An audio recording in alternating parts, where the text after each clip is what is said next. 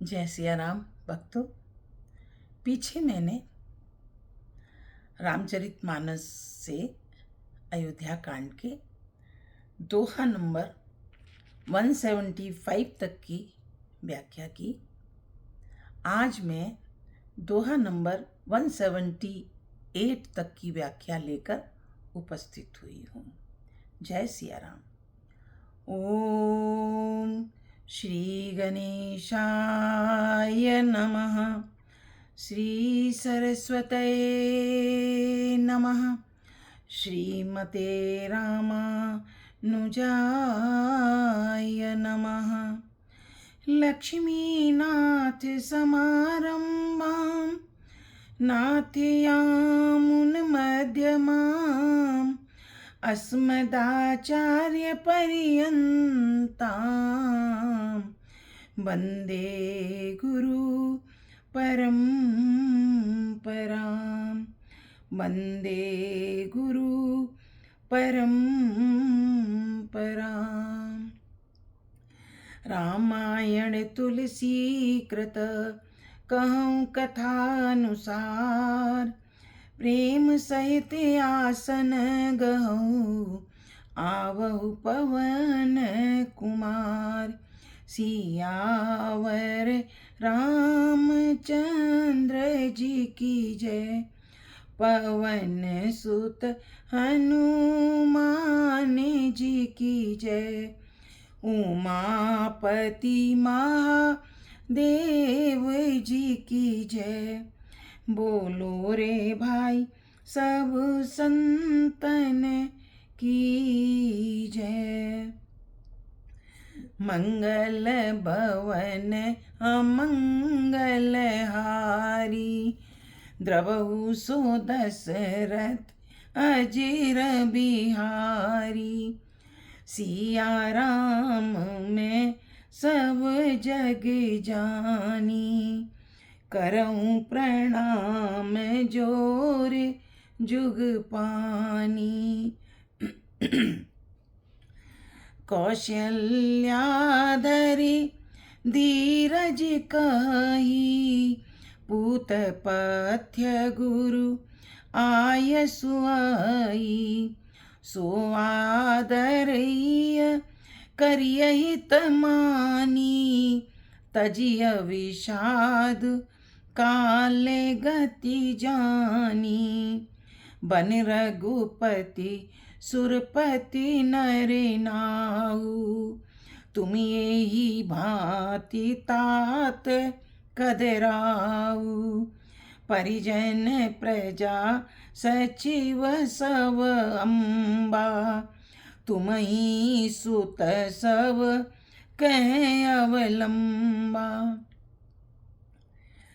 तुलसीदास जी यहाँ लिखते हैं कि मंत्री आदि सभी लोग हाथ जोड़कर सभी भरत जी को मनाने की कोशिश कर रहे हैं, सभी भरत जी को समझाने की कोशिश कर रहे हैं।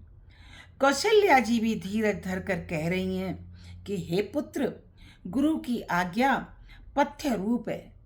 पथ्य कहते हैं जब जीव बीमार होता है, जब अस्वस्थ होता है, तो जो वैद्य डॉक्टर जो परहेज वाला भोजन बताते हैं और जिस चीज़ से भी परहेज रखने के लिए कहते हैं उसे पथ्य कहते हैं। तो कौशल्या जी कहती हैं कि गुरु जी की जो आज्ञा है इस समय को देखते हुए, इस समय के अनुकूल आपके लिए पथ्य जैसी है। उसका आदर करना चाहिए और हित मानकर उसका पालन करना चाहिए।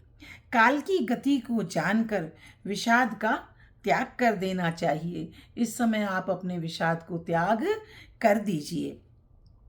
श्री रघुनाथ जी वन में हैं। महाराज दशरथ स्वर्ग का राज करने चले गए हैं।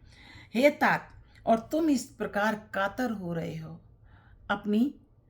अपनी जो इस समय जरूरत है उससे हट रहे हो। हे पुत्र, कुटुंब प्रजा मंत्री और सब माताओं के सबके एक इस समय तुम ही सहारे हो, तुम ही से आशा है, तुम ही एकमात्र तुम ही सहारे हो। और लख विधि बाम काल कठिनाई, धीरज धरहु माते बलि जाई, सिर धरि गुर आयसु अनुसरहु, प्रजा पाली परिजन दुख हरहु, गुरु के बचन सचिव अभिनंदन, सुने भरत हिय हित जनु चंदनु, सुनी बहोरे मातु मृदुवानी, शील स्नेह सरल रससानी। विधाता को प्रतिकूल और काल को कठोर देखकर इस समय धीरज रखो, क्योंकि विधाता हमारे इस समय प्रतिकूल है और काल, ये जो काल है हमारा, ये बड़ा ही कठिन है। तो इस सब को देखते हुए आप शांत हो जाइए, आप धीरज रखिए। माता तुम्हारी बलिहारी जाती है, गुरु की आज्ञा को शिरोधार्य करके उसी के अनुसार कार्य करो और प्रजा का पालन कर कुटुंबियों का दुख हरो। जो इस समय हमारा जहाज डूब रहा है, अयोध्या रूपी जो जहाज है वह डूब रहा है, उसको किनारे लगाने वाले एक आप ही हैं। इस समय आपसे ही आशा है। भरत जी ने गुरु के वचनों को और मंत्रियों के अनुमोदन को सुना, जो उनके हृदय के लिए मानो चंदन के समान था। उन्हें उनकी बातें सुनकर थोड़ी ठंडक सी महसूस हुई, शीतल लगे। फिर उन्होंने शील, स्नेह और सरलता के रस में सनी हुई माता कौशल्या की कोमल वाणी को सुना। माता कहती हैं, सानी सरल रस मातु बानी, सुने भरत व्याकुल भये, लोचन सरोरुह श्रवत सींचत, विरह उर अंकुर नये, सो दशा देखत समय ते ही बिसरी, सवई सुधि देह की, तुलसी सराहत सकल सादर, सीव सहज स्नेह की। सरलता के रस में सनी हुई माता की वाणी सुनकर भरत जी व्याकुल हो गए। उनके नेत्र कमल जल बरसाने लगे, आंसू बहने लगे। और वह बह बह कर ऐसे लगने लगा जैसे उनके हृदय में अंकुरित अंकुर को सींचने के लिए वह आंसू निकल रहे हों। नेत्रों के आंसुओं ने उनके वियोग दुख को और बहुत ही बढ़ाकर उन्हें अत्यंत व्याकुल कर दिया। उनकी वह दशा देखकर उस समय सबको अपने शरीर की सुध बुध भूल गई। जो भी उस समय वहां उपस्थित था, भरत जी की दशा देखकर वह भी व्याकुल हो गया। तुलसीदास जी कहते हैं, स्वाभाविक प्रेम की सीमा श्री भरत जी की सब लोग आदर पूर्वक सराहना करने लगे। सभी लोग, भरत कमल कर जोरे, धीर दुरंदर धीर धरी, बचन अमीय जनु बोरे, देते उचित उत्तर सवई। धैर्य की धुरी को धारण करने वाले भरत जी धीरज रखकर, कमल के समान हाथों को जोड़कर, वचनों को मानो अमृत में डुबाकर सबको उचित उत्तर देने लगे। थोड़ा धीरज रखकर सभी को उत्तर देने लगे। मोहे उपदेश दीने गुरुनी का, प्रजा सचिव सम्मत सवही का, मातु चित धरि आय सुदीना, अवश्य शीस धरे चाहूं कीना, गुरु पितु मातु स्वामी हितवानी, सुनि मन मुदित करिय भली जानी, उचित की अनुचित किए विचारु, धर्म जाय सिर पातक भारू। महाराज जी कहते हैं कि गुरुजी ने मुझे सुंदर उपदेश दिया। प्रजा, मंत्री आदि सभी को यही सम्मत है, यही उनके लिए उचित है। माता ने भी उचित समझकर ही मुझे आज्ञा दी है और मैं भी अवश्य उसको शिरोधार्य करके वैसा ही करना चाहता हूँ, वैसा ही करना चाहता हूँ। सभी के वचनों को पूर्ण करना चाहता हूँ, क्योंकि गुरु, पिता, माता, स्वामी, मित्र की वाणी सुनकर प्रसन्न मन से उसे अच्छी समझकर मानना चाहिए। उचित अनुचित का विचार करने से धर्म जाता है और सिर पर पाप का भार चढ़ता है, क्योंकि अभी मैं इस मनोस्थिति में नहीं हूँ कि मैं उचित और अनुचित का विचार कर सकूं। इसलिए जो मुझे बड़े लोग कह रहे हैं, मेरा हृदय कहता है कि मुझे वही मानना चाहिए। और तुम तो देव सरल सिख सोई, जो आचरत मोरे भले होई। यद्यपि यह समुझत हऊनी के, तदपि होती परि तोष न जी के। अब तुम विनय मोरी सुन लेहु, मोहि अनुहरत सिखावन देहु। उतरि देव क्षमव अपराधु, दुखित दोष गुण गनहि न साधु। आप तो मुझे वही सरल शिक्षा दे रहे हैं जिसके आचरण करने में मेरा भला हो। आप कोई भी गलत नहीं है। आप तो मुझे वही शिक्षा दे रहे हैं जिसमें सभी का भला है, मेरा भी भला है। यद्यपि मैं इस बात को भली भांति समझता हूँ, क्योंकि मेरे हृदय को संतोष नहीं होता। मेरे हृदय को संतोष नहीं होता बिल्कुल भी, जबकि मैं ये समझ रहा हूँ कि आप जो भी कुछ कह रहे हैं, गुरु जो कह रहे हैं, मंत्रीगण जो भी कह रहे हैं, माताएं जो भी कह रही हैं, वह सब समाज के लिए, राज के लिए और मेरे लिए हित की बात है, परंतु मैं उसे फिर भी नहीं समझ पा रहा हूँ। मुझे संतोष नहीं हो रहा है।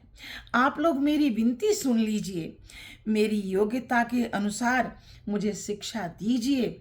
मैं उत्तर दे रहा हूँ, यह मेरा अपराध क्षमा कीजिए। मुझे बड़ों को उत्तर नहीं देना चाहिए, परंतु मैं उत्तर इस समय दे रहा हूँ। इस अपराध की मैं माफ़ी मांगता हूँ, मुझे क्षमा कर दीजिए।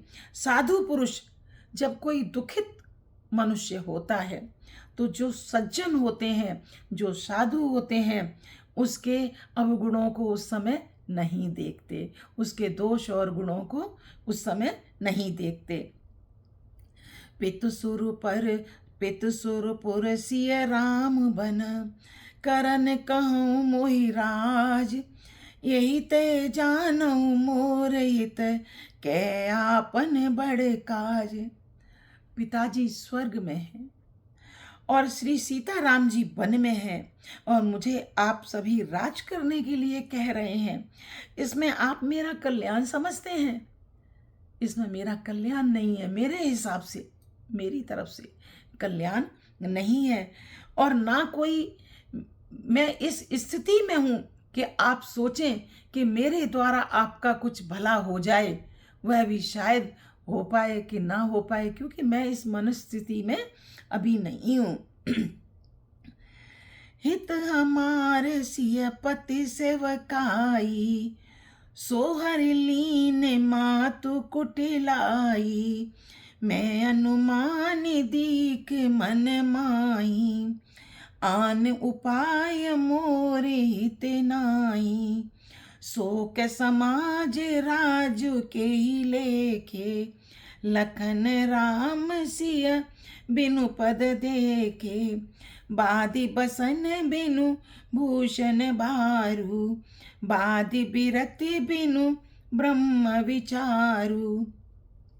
हे माते, हे गुरुवर, मेरा कल्याण तो सीतापति श्री रामचंद्र जी की ही चाकरी में ही है। उन्हीं का दास बनकर मेरा कल्याण है, और उसे मेरी माता की कुटिलता ने छीन लिया मुझसे। मेरी माता की कुटिलता ने मुझसे छीन लिया। मैंने अपने मन में अनुमान करके देख लिया है कि दूसरे किसी उपाय से मेरा कल्याण नहीं है। मैं सिर्फ सीता राम जी के चरणों की सेवा करके ही सुखी रह सकता हूँ। यह शोक का समुदाय राज्य, इस समय जो अयोध्या का राज्य है ये शोक का समुदाय बन गया है, जिसमें मैं लक्ष्मण जी, श्री रामचंद्र जी और सीता जी के चरणों को देखे बिना किस गिनती में हूँ, मैं किस गिनती में हूँ, इसका क्या मूल्य है। जैसे कपड़ों के बिना गहनों का बोझ व्यर्थ है। किसी को कपड़े न पहनाए जाएं और उसे गहनों से सजा दिया जाए तो वो गहने व्यर्थ हैं। इसी तरह मुझे इस अयोध्या का राज्य करना बिल्कुल व्यर्थ है। वैराग्य के बिना ब्रह्म विचार व्यर्थ है। जिस समय वैराग्य ही नहीं है तो वह ब्रह्म विचार क्या कर सकता है। इसी तरह मैं भी बिल्कुल व्यर्थ हूँ। श्री रामचंद्र जी के चरणों की सेवा के बगैर मेरा कुछ नहीं है, मेरी कुछ महिमा नहीं, मैं कुछ भी नहीं कर सकता। सरुज शरीर बाधी बहु भोगा, बिनु हरि भगत जाय जप जोगा। जाय जीव विनु देह सुहाई, बाधी मोर सब बिनु रघुराई। जाऊं राम पई आय सुदेहु, एक आक मोर हित एहु। मोई नृप करि भल आपन चाहूं, सो स्नेह जड़ता बस कहूं। रोगी शरीर के लिए नाना प्रकार के भोग व्यर्थ हैं। कोई किसी का शरीर रोगी हो जाए उसके लिए नाना प्रकार के भोग पदार्थ कोई मायने नहीं रखते, सब व्यर्थ हैं। श्री हरि की भक्ति के बिना जप और योग व्यर्थ है। जिस किसी जीव के हृदय में श्री हरि की भक्ति ही नहीं है तो यज्ञ जप सभी व्यर्थ हैं। जीव के बिना सुंदर देह व्यर्थ है। अगर ये मनुष्य शरीर है, इसके अंदर से जीव ही निकल जाए तो ये शरीर व्यर्थ है। उसी तरह मेरा भी रघुनाथ जी के बिना मेरा सब कुछ व्यर्थ है। मेरे जीवन को धिक्कार है, मेरा जीवन ही बिल्कुल व्यर्थ है श्री रघुनाथ जी के दर्शन के बिना। मुझे आज्ञा दीजिए, मैं श्री रामचंद्र जी के पास जाना चाहता हूँ। मेरी एक ही उम्मीद है, मेरा एक ही अभिलाषा है। विनय पूर्वक मेरा इसमें और इसी में ही मेरा हित है और मुझे राजा बनाकर आप अपना भला चाहते हैं। यह भी आप स्नेह की जड़ता, स्नेह के बस आकर मुझसे कह रहे हैं। बाकी मैं रघुनाथ जी के चरणों की सेवा के बगैर कुछ भी करने में असमर्थ हूँ, मैं कुछ नहीं कर सकता हूँ। कैकई सुव कुटिल मति, राम विमुख गत लाज। तुम चाहत सुख मोह बस, मोहि से अधम के राज। मैं एक तो कैकई का पुत्र, कुटिल बुद्धि, राम विमुख हूँ और निर्लज्ज हूँ। मुझसे अधम से आप इस राज्य को करवाना चाहते हैं, वह भी आप लोग मुझे मोह के बस कर कह रहे हैं। क्योंकि आप मुझे प्रेम करते हैं इसलिए आप कह रहे हैं। मुझ में तो कोई भलाई है ही नहीं, मुझ में तो कोई भलाई है ही नहीं। मैं तो निर्लज्ज हूँ, कैकई का पुत्र हूँ, कुटिल हूँ, ऐसा भरत जी कहने लगे, दुखित होने लगे। आज की कथा को यहीं विश्राम देती हूँ, आगे की कथा आगे सुनेंगे। प्रिय मित्रों, आप सभी को यदि मेरा वीडियो पसंद आए तो लाइक, सब्सक्राइब एंड शेयर कीजिएगा। धन्यवाद। जय सिया राम, जय सिया राम, जय सिया राम। श्री रामायण समापत करूं, सुनो भक्त हनुमान। जहाँ कहूँ राम चरित्र होए, तहाँ तुम करो बयान। जो जन श्रोताश्रव आश्रम गए, शंभु गए कैलाश। रामायण मम हृदय में सदा करो तुम वास। सियावर रामचंद्र जी की जय, पवन सुत हनुमान जी की जय, उमापति महादेव की जय। बोलो रे भाई सब संतन की जय। जय सिया राम।